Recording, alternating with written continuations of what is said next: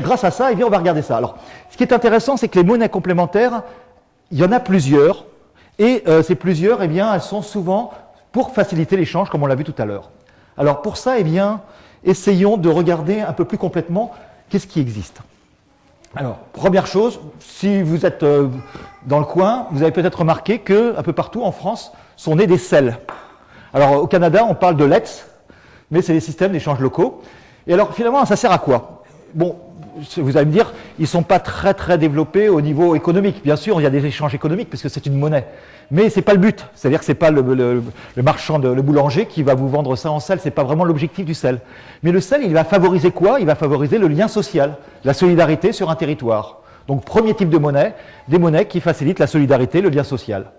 Alors, ces monnaies-là, évidemment, il y en existe d'autres, comme le Grand, qui est très différent, qui est une bourse d'échange, en fait, dans les universités brésiliennes, qui permettent, vous avez des objets que vous ne voulez plus, vous les donnez, ça vous donne un grand, alors le grand voulant dire grain en portugais, et puis, en échange, eh bien, avec ce grand, vous pourrez acheter, toujours pour un, n'importe quel objet que quelqu'un ne veut plus.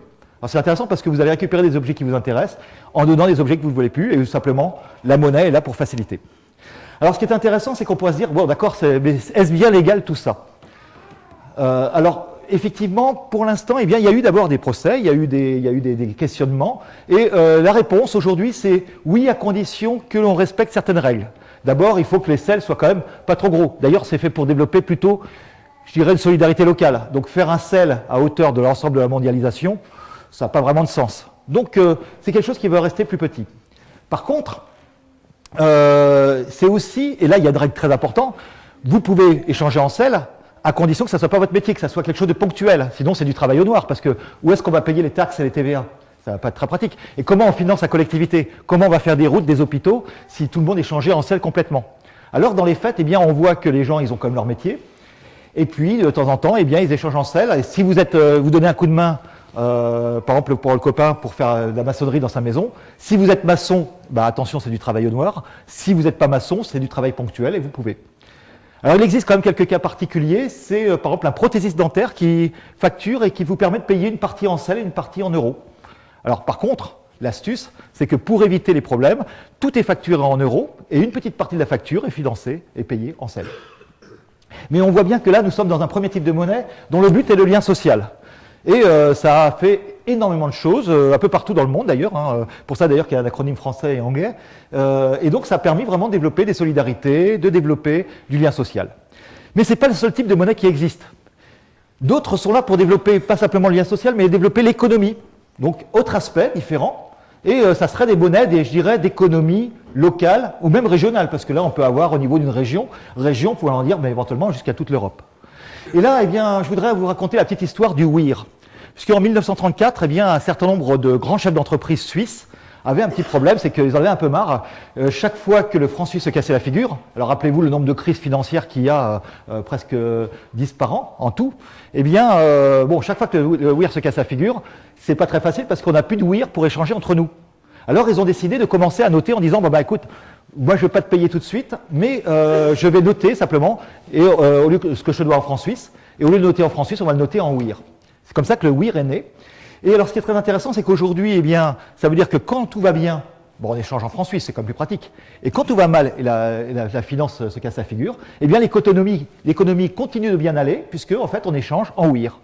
Donc le WIR permet simplement à l'économie locale de faire en sorte qu'elle soit indépendante de la finance. Voilà, par exemple, un élément totalement différent. Et aujourd'hui, eh bien, vous avez quand même un quart des sociétés suisses qui travaillent aussi en WIR, ce qui est donc énorme, et vous pouvez tout à fait acheter votre propre maison en WIR.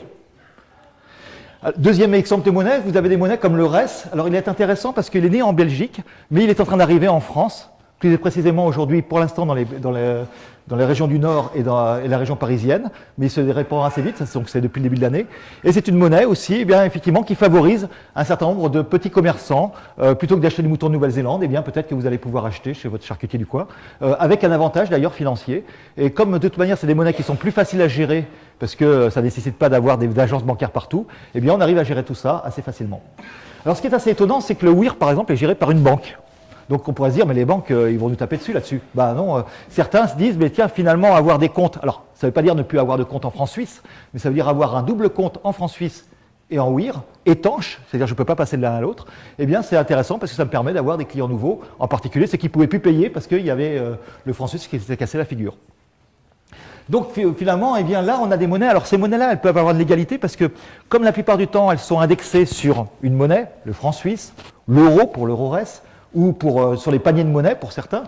Certaines aussi en ligne, etc., comme les $, eh bien, est indexé sur le dollar. Eh bien, ça veut dire que d'une certaine manière, je facture comme si je facturais en euros, en dollars ou en francs suisses. Mais donc je peux payer la TVA là-dessus. Alors en général, le fisc préfère que vous la payiez quand même en euros plutôt qu'en WIR ou en RES, je les comprends. Mais en même temps, eh bien, ça facilite un certain nombre de choses de façon tout à fait légale. Et donc ça veut dire que fiscalement, ça revient à avoir un autre compte, sauf qu'il n'est plus labellisé en euros, il est labellisé en autre chose. Mais se labelliser en quelque chose va favoriser effectivement un territoire, par exemple local, régional. Alors il existe encore un troisième type de monnaie. Alors, petit coup de baguette magique, voilà. Et c'est les monnaies de reconnaissance. Alors, c'est intéressant parce que c'est des monnaies de réputation. Alors, réputation, c'est un anglicisme. Vous savez que dans la coopération, eh bien, beaucoup de choses sont basées sur l'estime, sur la reconnaissance. Et ce qu'on pourrait effectivement dire, bah tiens, je fais une sorte de monnaie comme ça de reconnaissance. Alors, je vous trouve sympathique et à chacun, je vous donne un explorateur. Alors je prends mon compte Twitter et j'ai un petit symbole et ça me permet eh bien, de vous donner des monnaies qui sont des monnaies finalement d'échange. Alors vous en faites quoi? Eh ben, ça permet de voir que vous avez beaucoup de gens qui vous aiment, dont moi, c'est déjà ça, et, parce que vous êtes tous donné un explorateur. Enfin, que je pense à le faire tout à l'heure d'ailleurs. Et donc, voilà, bon, cette fois, eh bien, on est moins sur une monnaie de développement économique, pas non plus sur de développement social. D'ailleurs, ces monnaies-là ne posent pas beaucoup de problèmes légaux et fiscaux parce que c'est considéré, aujourd'hui, on considère que ce n'est pas un acte économique que la reconnaissance, même si la reconnaissance et la confiance dans les autres ont un impact économique.